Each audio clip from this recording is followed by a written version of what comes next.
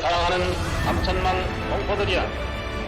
조국 등대화의 신앙을 가지고 일하고 또 일하고 일했다고 떳떳하게 대답할 수 있도록 합시다.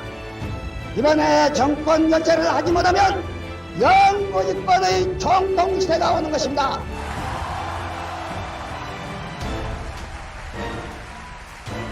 가가 똑똑히 모시오 이러고 권총을 뽑았습니다. 권총 뽑아가지고 그냥 그대로 얘기를 다 끝마치도 못하고 이 버러지 같은 하면서 하는 일이죠. 박정희 그리고 8명의 정적들. 소장론 집안 막내 아들로 태어나 군인이 되고 쿠데타로 집권해 산업화를 밀어붙인 사람, 바로 박정희입니다. 그런데 그 길목마다 그의 인생을 뒤흔든 정적들이 서 있었습니다. 오늘은 박정희가 만난 8명의 정적을 시간 순서대로 빠르게 훑어보겠습니다. 장택상, 머슴 집안 출신대 호남 몰표. 장택상 집안은 경북 일대에서 남의 땅을 밟지 않고 다닐 정도라는 말이 돌던 만석군 지주였습니다. 박정희의 아버지와 형은 이 집 땅을 부쳐먹고 살던 소장농이자 머슴이었고, 장택상은 그런 배경을 이유로 박정희를 공개석상에서 박정희 군이라 부르며 끝까지 깔보고 무시했습니다. 일제 강점기 일가 친척 중 소장농 혹은 머슴 노릇 한 번도 안 한 사람이 없을 정도로 우리의 삶은 피폐해 있었습니다. 나는 국헌을 준수하고 국가를 보유하며 국민의 자유와 공리의 그래서 역설적으로 박정희를 대통령으로 만든 건 소장농이 가장 많았던 지역, 바로 호남의 표였습니다. 1963년 대선에서 박정희는 고향 영남뿐 아니라 전남과 전북에서도 과반을 얻으며 윤보선을 앞섰고, 머슴 집안 출신을 멸시한 만석군의 고향이 아니라 소장농이 많았던 지역의 표가 그의 당선을 밀어올렸습니다. 윤보선, 미제차 대 논밭 유세. 1963년 대선 박정희와 맞선 윤보선은 문민의 품격을 강조했습니다.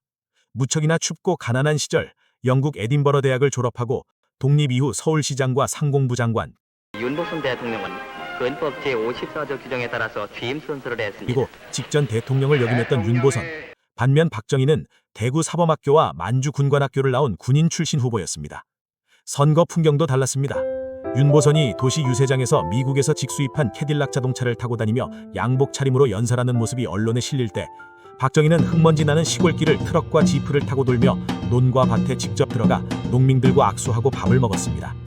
도시에서는 윤보선이 앞섰지만 농촌에서 박정희는 우리 동네까지 흙 묻힌 신발로 들어온 사람으로 기억됐고, 이 농촌표가 두 사람의 승부를 갈랐습니다. 전라도에서만 박정희와 윤보선의 표 차이가 약 35만 표였습니다. 전국 표 차이가 15만 표였으니 호남이 없었으면 박정희는 대통령이 될 수 없었습니다. 그래서 1963년 대선은 영남이 만든 박정희 시대라기보다 호남이 당선시킨 박정희 시대라는 평가도 가능합니다. 한일 회담 반대 세력, 거리의 정적. 박정희가 진짜로 부딪힌 다음 정적은 국회 야당이 아니라 거리의 학생과 시민이었습니다. 1964년 박정희 정부는 일본과의 국교 정상화, 이른바 한일 회담을 밀어붙입니다. 학생들과 제야 인사들은 이것을 구려괴교로 규정하고 결국 6.3 항쟁이 일어납니다.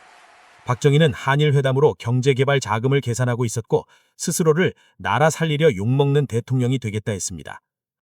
1차 경제개발 5개년 계획을 발표함으로써 조국 근대화에 그 첫발을 내디뎠습니다. 그 돈으로 경제개발을 할 수 있었던 것도 사실입니다. 하지만 시위대에게 그는 민족의 자존심을 일본에 판 군사정권의 수장이었습니다. 이때부터 박정희에게 정적은 국회 안의 사람들이 아니라 언제든 거리로 나올 수 있는 젊은 세대와 제야 세력 전체가 됩니다. 김형욱, 권력 내부의 정적. 시간이 흐를수록 박정희의 정적은 점점 안쪽으로 들어옵니다. 충성의 상징이었던 인물이 중앙정보부장 김형욱입니다. 그는 유신체제 이전까지 박정희의 오른팔로 야당, 언론, 제야를 관리하는 정권의 검은 손이었습니다. 그러나 권력투쟁과 부패 의혹이 겹치면서 김형욱은 자리에서 밀려 프랑스로 망명합니다. 이후 미국으로 건너가 박정희 정권의 부패를 폭로합니다. 박정희 입장에서 김형욱은 가장 충성스러웠던 사람에서 정권을 물어뜯는 가장 위험한 내부 배신자로 변한 정적이었습니다. 김형욱은 결국 의문의 실종과 암살 의혹 속에 사라졌고, 박정희는 권력 내부의 정적을 어떻게 처리할 것인가라는 또 다른 두려움과 마주하게 됩니다. 김대중, 유심의 맞은편. 1970년대 박정희의 이름을 떠올리면 자동으로 함께 떠오르는 사람이 있습니다. 바로 야당 지도자 김대중. 이번에 정권 교체를 하지 못하면 1971년 대선에서 김대중은 못 살겠다 갈아보자를 외치며 박정희를 턱밑까지 추격합니다. 박정희는 표로도 충분히 밀릴 수 있다는 충격을 받습니다. 그 직후 박정희는 유신 체제로 헌법을 바꿔 장기 집권의 길을 열고 김대중은 유신 반대 투쟁의 상징이 됩니다. 1973년 도쿄 김대중 납치 사건, 1976년 명동성당 선언, 1980년 사형 선고에 이르기까지 둘의 대결은 산업화 대 민주화라는 한국 현대사의 축이 됩니다. 이때부터 박정희 시대를 둘러싼 평가는 산업화를 이룬 대통령이냐 민주주의를 짓밟은 독재자냐를 두고 지금까지도 갈라집니다. 제야, 이름 없는 정적들. 유신 말기 박정희가 쌓은 정적은 더 이상 유명 정치인이 아니었습니다. 국민의 생명과 재산을 보호하기 위해 다음과 같이 계엄을 선포한다. 1974년 민청 학년 사건, 인혁당 재건이 사건에서 학생과 제야 인사 수백 명이 국가 변란 세력으로 구속되었고 이들의 이름은 기록에서조차 희미합니다. 유신이 길어질수록 박정희의 정적은 더 이상 특정 정치인이 아니라 이 체제를 참을 수 없다고 느끼는 젊은 세대 전체였다고 볼 수 있습니다. 그리고 바로 그 이름 없는 사람들의 희생이 이후 한국 민주화 세대의 기억 속에서 박정희 체제를 심판하는 집단적 정적이 됩니다. 미국, 동맹이자 상급자 정적. 박정희를 집권 초기부터 떠받친 건 아이러니하게도 세계 최강국 미국이었습니다. 베트남 파병, 차관과 원조 없이는 경제개발 5개년 계획 자체가 굴러가기 어려웠기 때문입니다. 그런데 1969년 닉슨 독트린이 발표되면서 미국은 이제 각자 안보는 각자 책임져라 하며 베트남에서 빠져나오고 주한 미군 감축을 추진합니다. 1970년대 들어 파터 정부는 여기에 인권 문제를 얹어 유신 체제를 정면으로 압박합니다. 박정희에게 미국은 돈과 군대를 대주는 후원자이면서도 필요하면 미군 철수와 인권 카드를 꺼내 유신을 흔드는 상급자 정적이었습니다. 김재규, 마지막 방화세. 정치를 대국적으로 하십시오. 그렇게 하고 김경호 실장을 툭 쳐면서 가가 똑똑히 모시시오 이러고 권총을 뽑았습니다.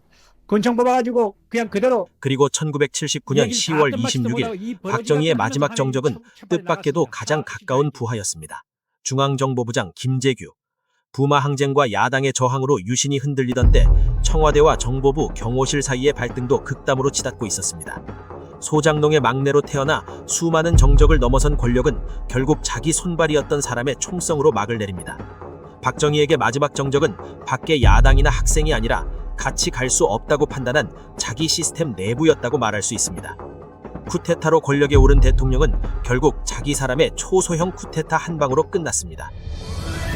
박정희 시대를 두고 어떤 사람들은 가난을 벗어나게 해준 산업화의 대통령이라고 말합니다. 어떤 사람들은 민주주의와 인권을 짓밟은 개발 독재의 상징이라고 부릅니다. 오늘 살펴본 8명의 정적들은 그 논쟁의 한가운데서 각자 다른 방식으로 그에게 브레이크를 걸었습니다. 장택상에서 김재규까지 여러분이 보시기에 박정희의 진짜 정적은 누구였습니까? 한 사람의 이름이었습니까? 아니면 그가 살았던 시대와 국민 전체였습니까?